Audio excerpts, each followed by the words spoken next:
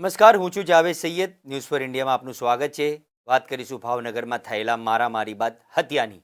ભાવનગર શહેરમાં ગઈકાલે થયેલી મારામારીમાં મોત નીપજ્યું હતું. યુવાનનું મોત થયું હતું. યુવકનું સારવાર દરમિયાન મોત થતાં મારામારીનો બનાવ હત્યામાં બદલાઈ ગયો છે. જ્યારે આ સમગ્ર ઘટનાના સીસીટીવી ફૂટેજ પણ સામે આવ્યા છે.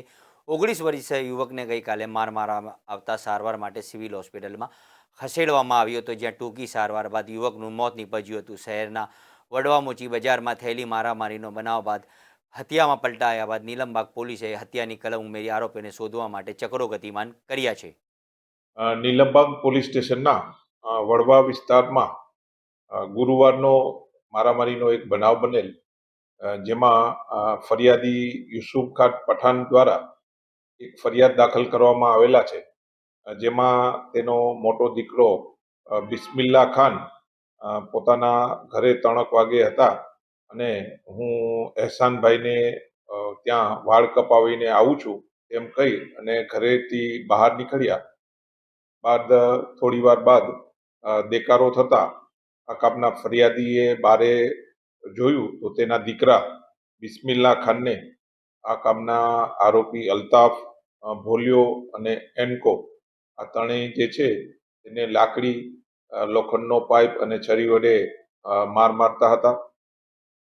આ બનાવ બાદ ભોગ બનનારને સરટી હોસ્પિટલમાં દાખલ કરવામાં આવેલા અને પોલીસે આ કામે ફરિયાદ દાખલ કરેલી. બાદમાં આજે જે બિસ્મિલ્લા ખાન ભોગ બનનાર જે હતા તેનું સારવાર દરમિયાન મોત નીપજવામાં આવેલ, જેથી આ કામે હત્યાનો બનાવ બનેલ, જેથી BNSની કલમ 103 મુજબનો રિપોર્ટ કરવામાં આવશે. આ કામે જે આરોપીઓ જે છે અલ્તાફ, ભોલિયો અને અનકો આ ત્રણેયને વહેલી તકે અટક કરવામાં આવશે અને હાથવેતમાં છે.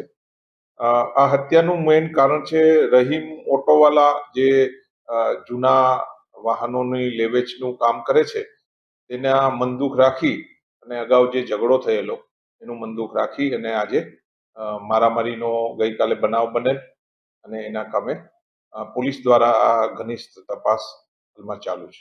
સાહેબ, આમાં જે એક આરોપી છે તે અલ્તાફ ડબલ મર્ડરના નામે ઓળખાય છે, તો આરોપી અગાઉ કોઈ મર્ડરમાં સંડોવાયેલો છે?